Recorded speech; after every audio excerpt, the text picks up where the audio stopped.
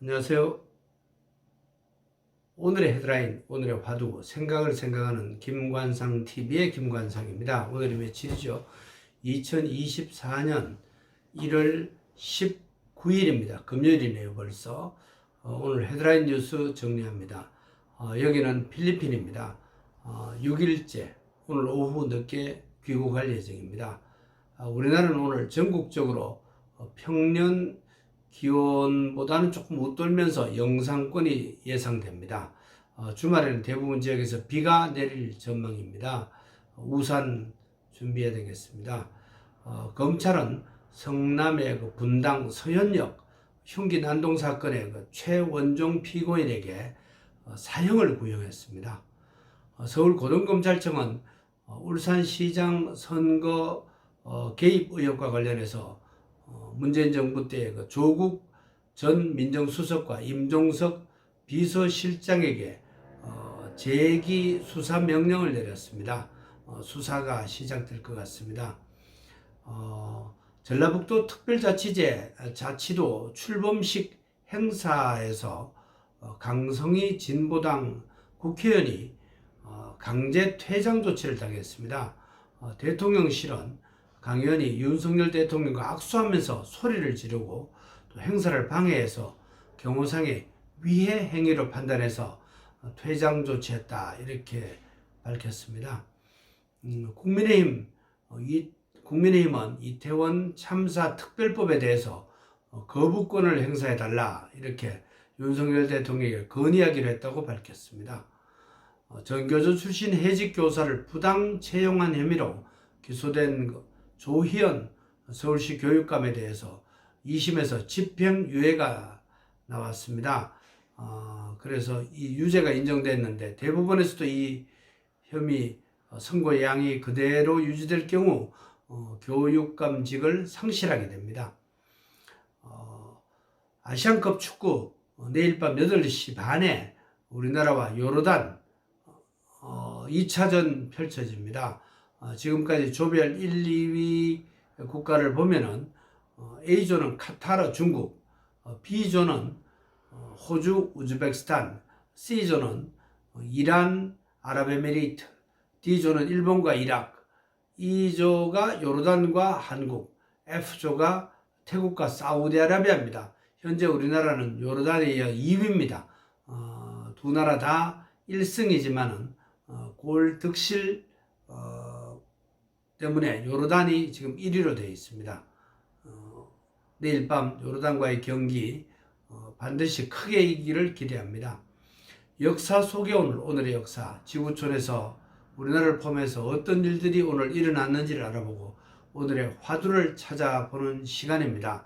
오늘의 화두로 자신의 이익에 지나치게 탐욕을 갖지 말자 이런 말을 던져봅니다. 어떤 일이 우리나라에서 일어났죠?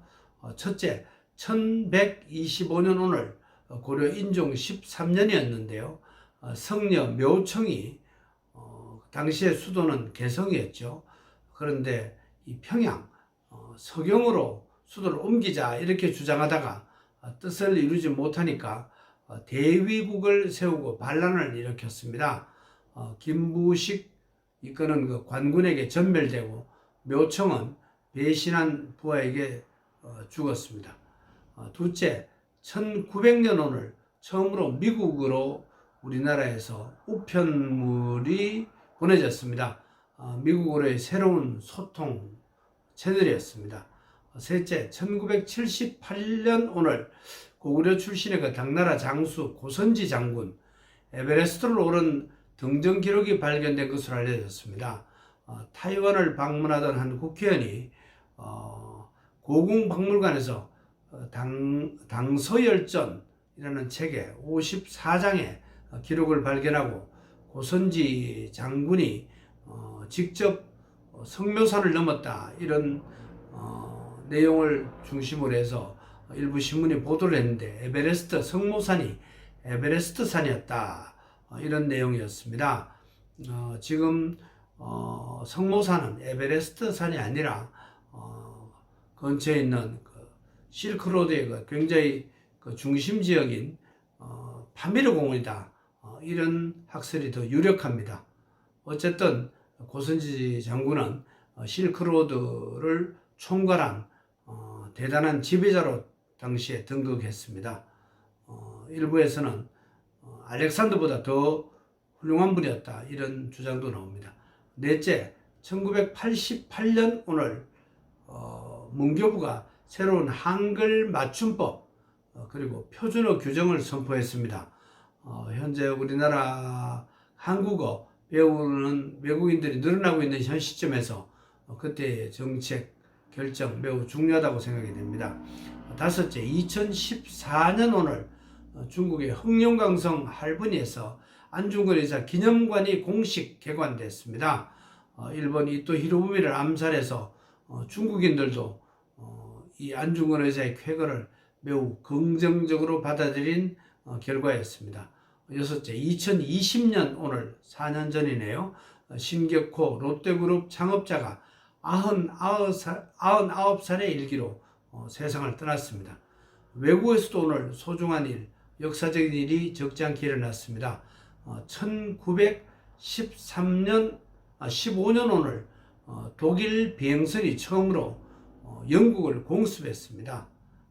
또 2006년 오늘 미 항공우주국 나사가 명왕성 무인 탐사선 뉴 호라이즌을 미국 플로리다주에서 발사했습니다. 예산은 7억 달러였습니다. 명왕성을 발견한 미국 천문학자 톰보라는 분의 유해 일부를 실었고 9년 6개월 만에 명왕성 사진을 지구로 전송했습니다.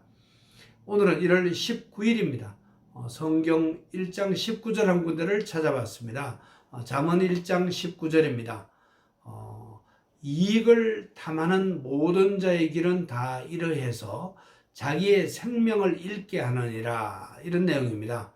조물주의 섭리를 알고 하늘의 흐름대로 살되 자신의 이익을 탐하는 것은 자기 생명을 잃는 아주 적절하지 않은 거다, 이런 내용입니다.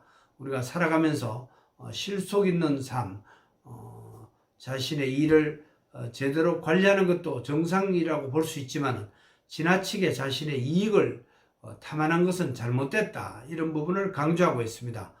저와 우리는 이익을 탐하는 사람이 아닌가, 오늘도 한번 생각해 보면 좋겠습니다.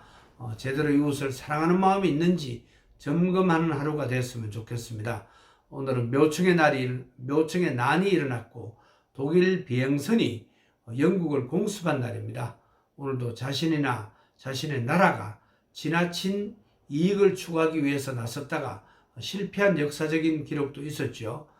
최근 며칠 동안 저는 우리나라 빈민촌보다 더 가난하게 살고 있는 필리핀의 망해안민족의 삶을 보면서 어떻게 살아가야 하는지, 어떻게 살아가는 것이 바람직한 건지 고민해보는 시간을 가졌습니다. 우리나라 조선시대 말이나 일제강점기 때보다도 그때도 외국 선교사들이 본 우리나라의 모습 비슷하다는 생각이 듭니다. 화장실도 제대로 갖춰 있지 못했습니다. 참된 삶이 무엇인가? 왜 예수를 믿어야 하는가? 말과 행동으로 가르쳐주는 이런 매우 소중하다는 생각이 듭니다.